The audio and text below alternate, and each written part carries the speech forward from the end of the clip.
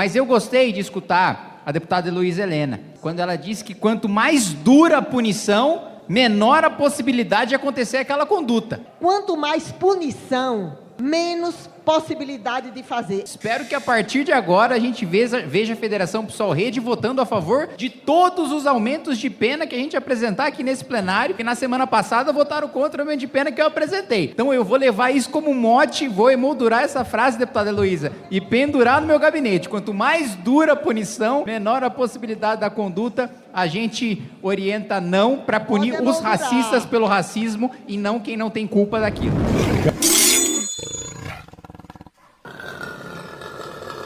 No dia 15 de outubro, ia celebrado o Dia Internacional da Mulher Rural, data criada pela Organização das Nações Unidas, ONU, em 1995, com o objetivo de destacar seu papel fundamental nos sistemas de alimentação de todo o planeta, não diferente no Brasil. Então, tudo bem. Senhor presidente, nós, em nome da Federação PSOL Rede, nós queremos também dar o nosso voto favorável. É algo muito importante, porque talvez as pessoas não consigam entender qual o papel de uma mulher na área rural. Se em todos os lugares já é extremamente difícil, porque as mulheres vivenciam o trabalho repetitivo, exaustivo, não remunerado e não reconhecido socialmente como trabalho. Eu não sou filha de uma grande produtora rural, eu sou filha de uma mãe simples que passou a sua infância, infelizmente, numa roça, em situações extremamente dramáticas e difíceis. Estou entre aquelas que também na infância vivenciaram esses dias de dor e sofrimento. Obrigado, deputada.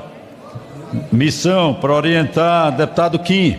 Presidente, Pois não, deputada, para concluir. Presidente, 30 segundinhos só, Pois não, 30 segundos. Eu queria apenas, ao parabenizar a autora e a relatora, dizer que nós da Federação PSOL Rede votamos favorável, entendemos que é muito importante, é uma forma também de elogiar as grandes mulheres que estão no campo, muitas vezes em situação de muita dor e sofrimento, especialmente na agricultura familiar, na pequena produção ou como trabalhadoras no campo. Então é para parabenizar as mulheres que são parte dessa vivência, às vezes dolorosa e dramática, mas é muito importante. Obrigado, deputada Heloísa Helena. Para orientar, missão, deputado Kim.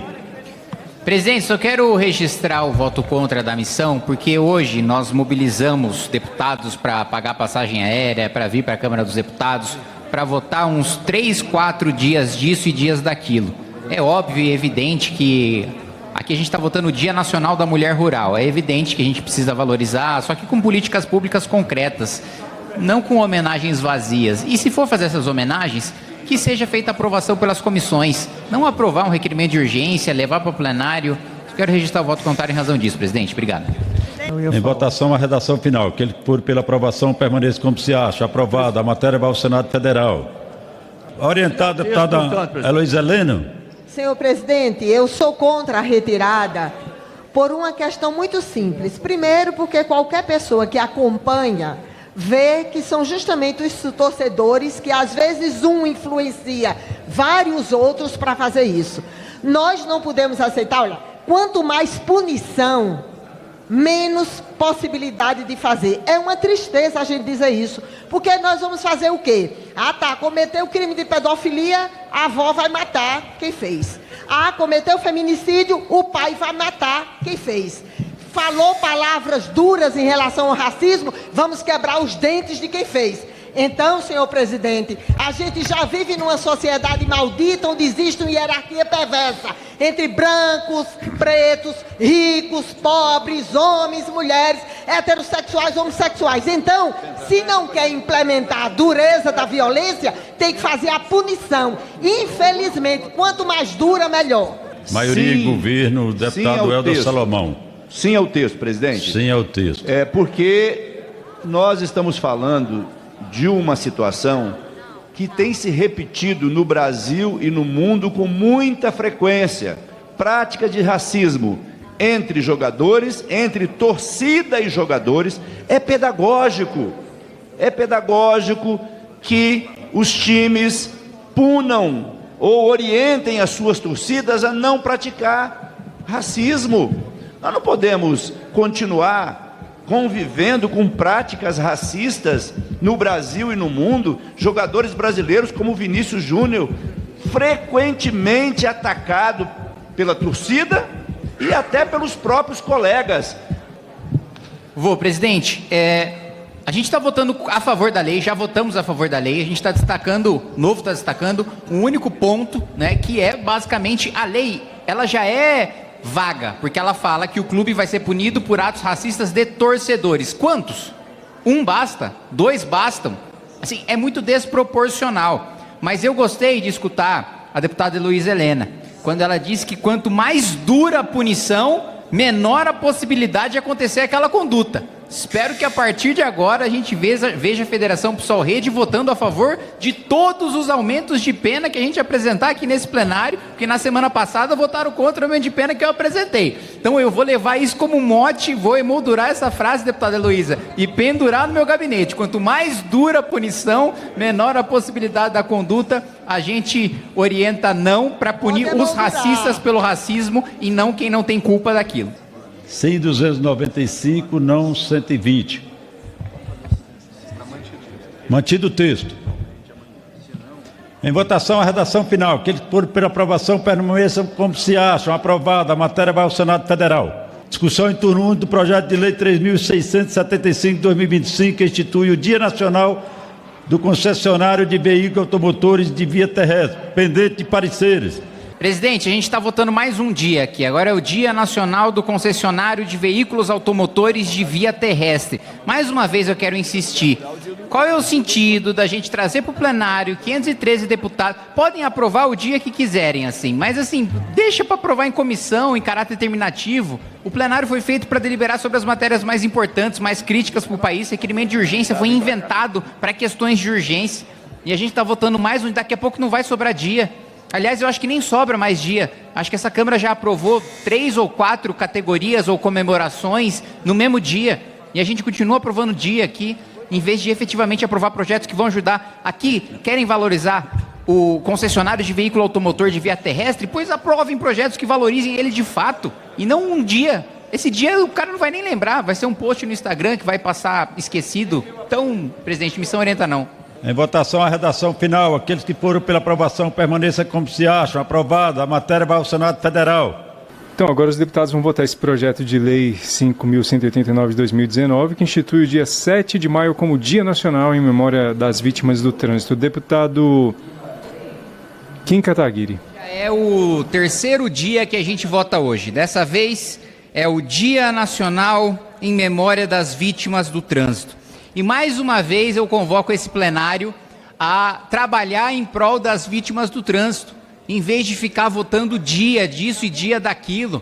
A melhor coisa que a gente pode fazer em memória das vítimas do trânsito é a gente parar de extorquir o cidadão na hora de comprar o carro, que metade ele paga imposto, aí ele anda com o carro caindo aos pedaços porque o Estado saqueia ele na hora dele comprar um carro, depois saqueia no IPVA e aí ele sofre um acidente nas rodovias e nas estradas e nas ruas que estão absolutamente destruídas. Aí não tem preocupação com as vítimas de trânsito. Na hora de ter fiscalização em cima do que é obrigação do poder público de dar uma estrada, uma rodovia, uma rua decente, aí não tem memória para a vítima do trânsito. Na hora da gente punir com rigor o bêbado, o drogado, que de maneira negligente e criminosa entra na contramão, não sabe o que está fazendo, mata uma pessoa, destrói a vida dessa pessoa, de uma família, por gerações, aí é contra aumento de pena. Aí não pode punir, porque é punitivismo, porque esse sujeito precisa progredir de regime, porque esse sujeito precisa ter saída temporária, porque esse sujeito precisa ter liberdade condicional, porque esse sujeito precisa ter garantida o direito de cumprir no regime semiaberto ou aberto. Então, assim, em vez da gente ficar discutindo dia disso e dia daquilo, vamos colocar o poder público para fiscalizar o próprio poder público? Porque hoje a maior fiscalização que eu vejo é em cima do trabalhador. é um monte de blitz que atrasa a vida de quem está trabalhando de maneira séria e muitas vezes funcionando para cobrar propina, para mandar para o pátio, falando, olha, a gente mandaria para o pátio, mas a gente não manda se você acertar um negocinho aqui, e depois que está no pátio, fala, olha, para liberar um pouquinho mais barato, paga uma propininha aqui. Então, existe uma máfia de fiscalização que vai para cima do trabalhador, e na hora do trabalhador ter o direito a ter uma estrada, uma rua, uma rodovia decente, aí não tem fiscalização nenhuma.